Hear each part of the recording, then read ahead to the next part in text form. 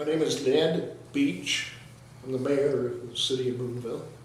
I've been here since 1984. I came here to manage and run the manufactured home plant called Fuqua Homes.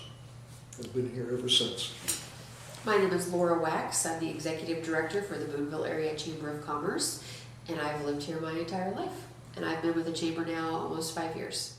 We're not alone. There's small towns all over, the Midwest that have had to reconfigure their employment. And you just all of that manufacturing that left in the 80s and 80s and early 2000s was substantial. It was huge, and it was huge for this part of the country. I think the other thing that we've done as an economy here is around 2007, 2008, we started doing surveys, finding out, where our employment was from a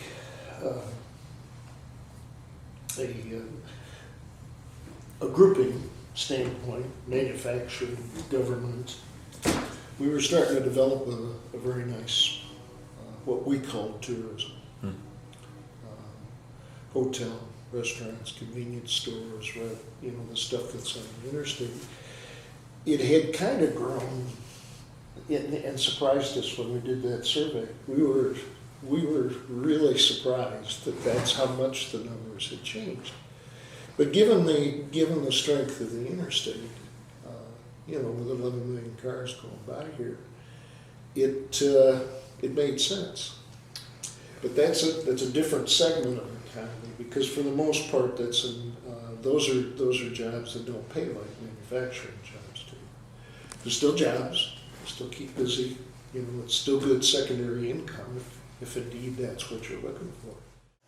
What we'll see is we'll see more of a split. The kids that are smart enough to either start out with the community college to find out what their skills are going to be, and the kids that are smart enough to go to college and stay away from the liberal arts to go for something, a discipline that has the ability to be marketed.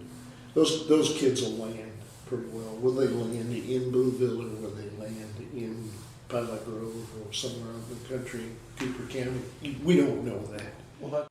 I left for school, I came back. More than likely, because my children have grandparents here who have businesses and they're very active. The more active you are in your community, the more likely the next generation is going to see that, and they're going to want to stay around. The other one that's interesting, at least to me, is the high percentage of teachers that are We have a lot of teachers in our school district that are from Boonville. Well, we knew that when the Hostess closed, there was 80 jobs at the bakery we're at this point, Nordine is still up and running at a fairly decent clip. A lot of those were able to go get on at Nordine, but there were still 80 people that suddenly were going to be out of work. And we kept hearing, even though at that point I was working in Columbia, when this all gets over and said and done, this will be the first bakery that we open back up. Well, it's now 2019. It's just not going to happen. Which the manager, I know the manager when it was open, he said, we were one of the most productive of our size. I don't understand why we were one of the first to go. But, so a lot of those guys were able to be absorbed. I say guys, individuals were able to be absorbed elsewhere, but then if they wanted to. But then 2 years later, the business that picked up most of them has been outsourced to Mexico, and now they're back at square one. So not only had they had to relearn something 2 years ago, then they've got to 2 years later, now you got to start all over again. It from a morale standpoint, it was kicking somebody while they're already down. And if nothing else, Boonville no longer smells beautiful. We were lamenting about that the other day. Yeah, because, absolutely. The downtown just always smelled fabulous. Yeah. Always smelled like bread. That was the one, and people would comment on it. People would come, it smells really good here. It's because we've got a bakery. And you don't, we got so used to it, but downtown just smelled great. And now we really miss that.